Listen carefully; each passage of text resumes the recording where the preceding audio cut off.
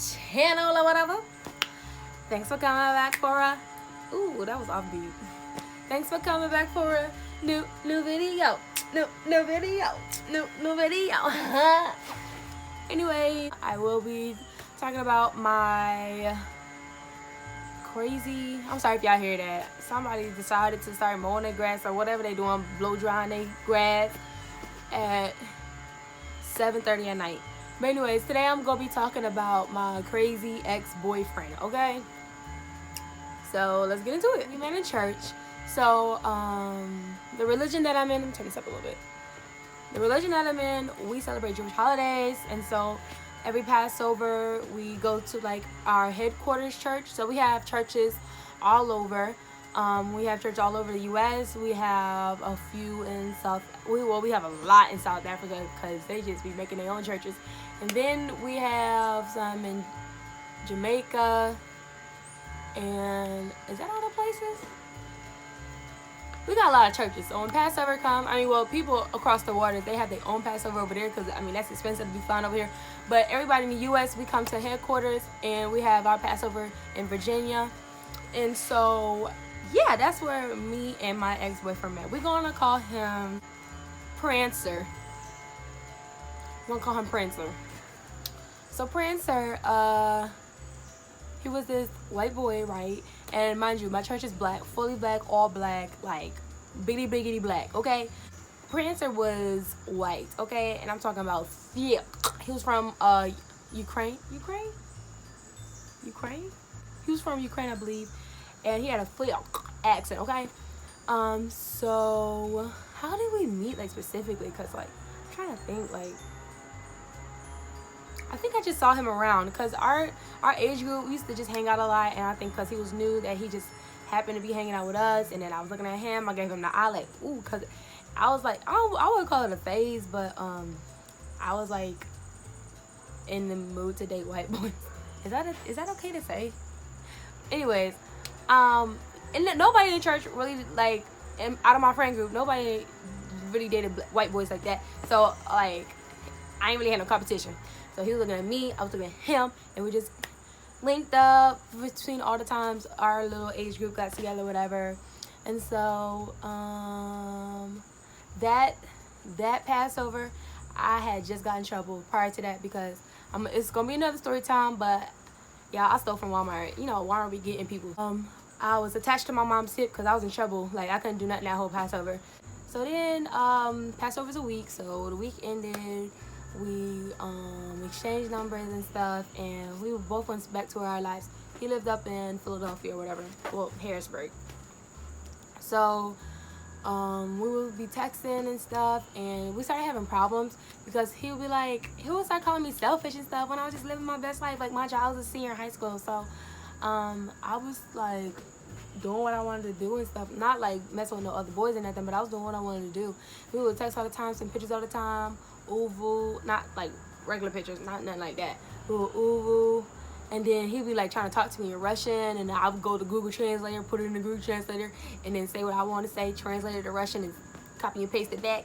It was so funny. I thought I was cute doing that. I was like, ooh, I'm speaking to him in his native language.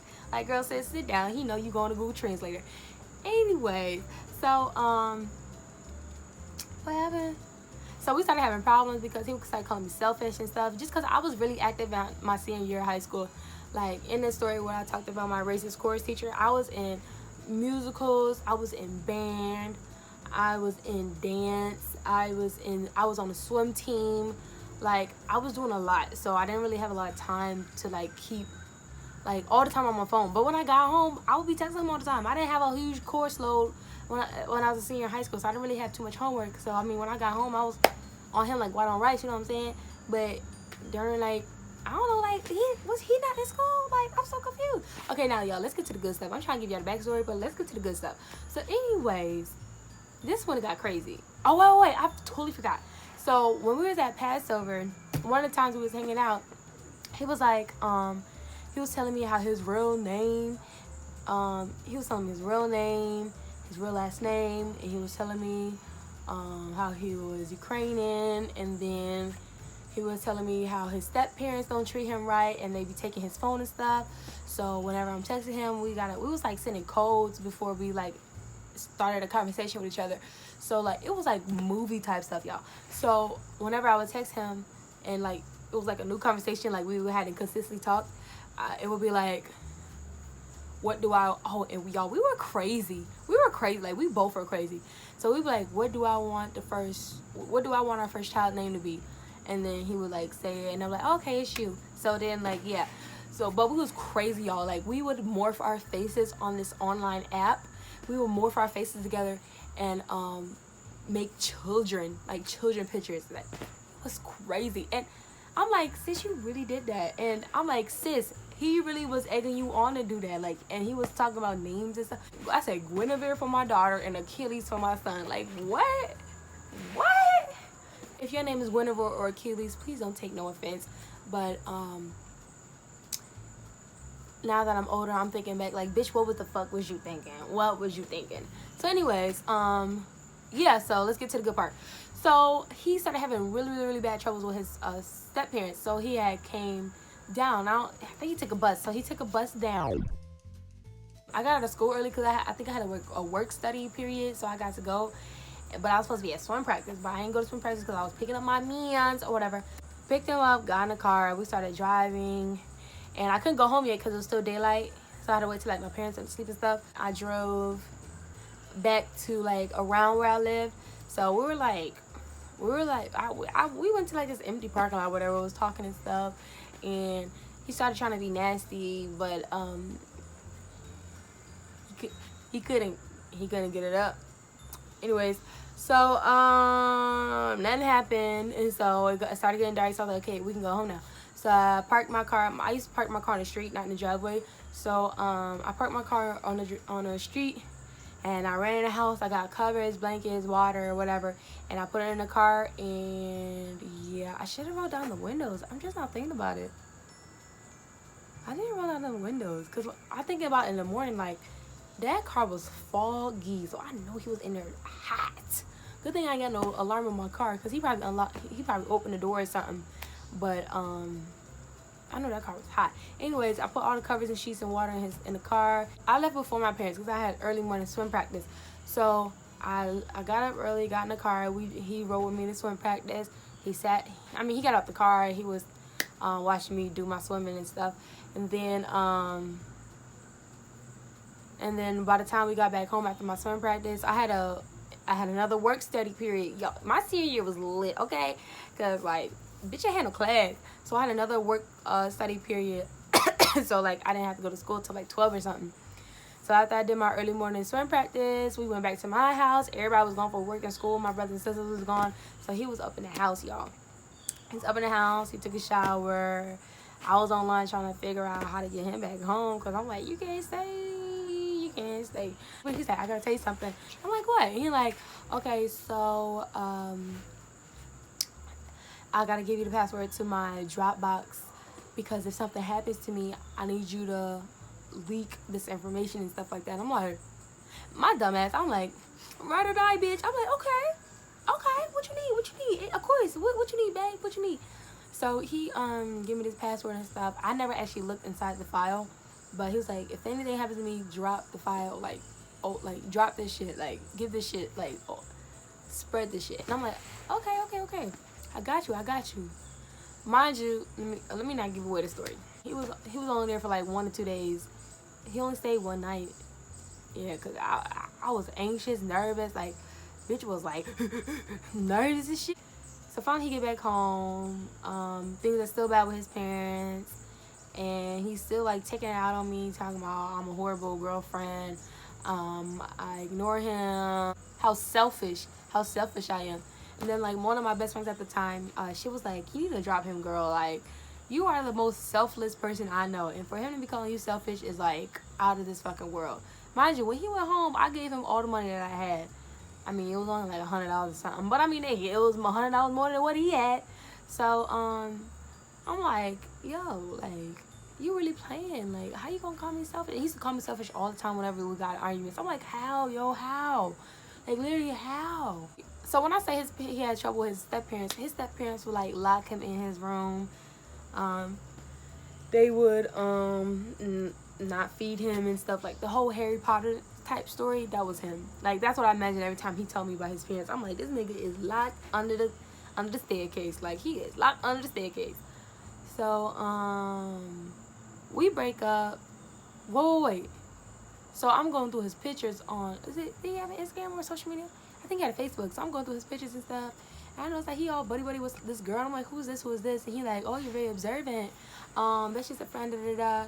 And then I go to her page and I find out that it's not just a friend because she all in love with him. And I'm like, oh, you dirty bitch.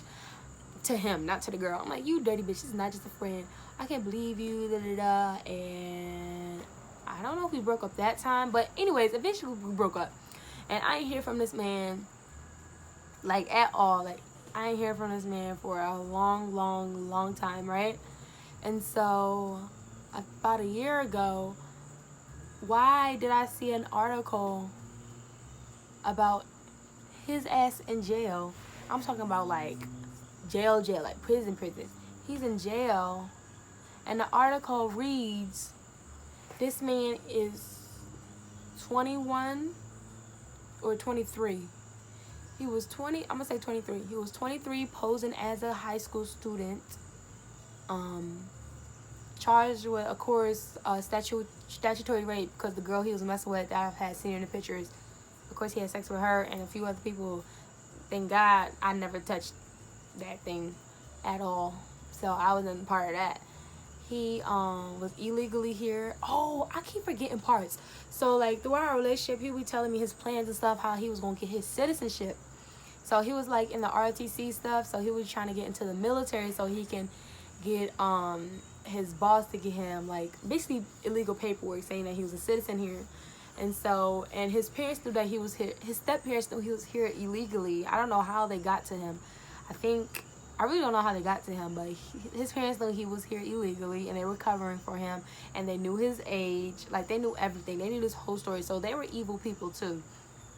So, yeah, the article saying all of this, I'm like, I'm shook. I'm like, this man is 23. Mind you, I'm 17 at the time. I'm like, this man is 23. Well, when we were together, I was 17. By this time, I'm like, last year, 20. I was 20 or 19 or something like that. So I was just shook. I'm like, he's in real prison. He got charged with trying to get illegal paperwork, and then he was charged another time because he was actually, like, in the military trying to do this type of illegal stuff. So yeah. And so I saw that. Well, it was like 2 years ago that I saw that. And then a year later, I saw that they about to make a Lifetime movie on this man. I'm like, I wonder if I'm finna be in it. You know what I'm saying? And, like, I tell y'all, the whole time he telling me all this stuff, like, he telling me, like, his parents are, like, his real birth parents, they were targeted. That's why he had to get out of Ukraine, because they were, like, drug lords or something, or, like, they did something, like, mad illegal, where they were at the top of the food chain, and they got taken down, and so he had a hit on his head. That's why he had to come here. The whole time he telling me this, I'm like, I'm just going with it, because I'm like, this is my man, and I'm going to believe whatever story he say. So I'm like, okay. But in the back of my head, I'm like, this sounds like some movie type shit. Like, this is not real. But I'm going to go along with it because I really like him for the moment. So I'm just entertain it for now. But I tell y'all, when he was telling me this stuff, I was not taking none of this stuff serious. I'm like, yeah, okay, your parents are drug pins. They were murdered, and you're next. That's why you're here. Oh, yeah? This Dropbox has a lot of information, governmental information that I need to drop when you go to jail. Okay, I got you. Mind you, when the time came when I saw him that he was in prison, I forgot the Dropbox password, so I couldn't even help old boy out. And I was gonna write him a letter. Well, I ain't trying to help him out. Like, I ain't trying to do nothing illegal. Hands up, don't shoot. So, I mean, even if I did remember that shit, I probably would have been like, hold on, what am I really doing? Like, because I ain't even look in the file. So, I tried to write him a letter, because I had seen that his address was on it. Well, the address to the prison was on it. So I was going to write him a letter and stuff. So I kind of felt bad for him. Like, damn, this man's life was, like, legit. Like, that shit was real. Like, he was telling the truth the whole time. Like, he had a hard fucking life. So, then a year later, I saw that they making a fucking Lifetime movie on his ass. And and the one that's supposed to play him is what's the man from The Fault in Our Stars? That white boy from The Fault in Our Stars. The main, he was like with the girl that was sick. He used to put a cigarette in his mouth but not smoke it. Him, anyway, him. He was gonna play a Prancer, and I was just shook. I'm like, I hope they don't put that part where he came to Atlanta, Georgia in there, because I don't want my name or nothing in there. I don't want nothing about me in there. Take me out. But yeah, I've never heard from him since the time we had broken up when I was a senior in high school. But yeah, that was my crazy foreign 23-year-old assassin ninja Harry Potter ex-boyfriend story. I hope you guys enjoyed. Please comment below, what would you have done in the situation where you found out your ex-boyfriend was actually 6 years older than you, lied about his age, and was getting like, was like in this movie type stuff. Like, would you want to be in the movie? I don't want to be represented in that movie at all. Don't put me, my name is Bennett, and bitch, what, guess what? I ain't in it, okay? No. But comment down below. Also, you guys, the askharmonet@gmail.com email is still open. I'm gonna let it fill up for a little bit before I actually do a Ask Harmonet video. I'm gonna let the emails build up so I can actually have like some advice videos. If you want to spill some tea, let's be messy. Let's be messy, okay? If you got some confessions, anonymous confessions, I got you, girl. Like, yeah. So you are special. You are someone important, and you are enough. So snap your fingers, flip your hair, and be that bitch. Period. Jingle out, y'all.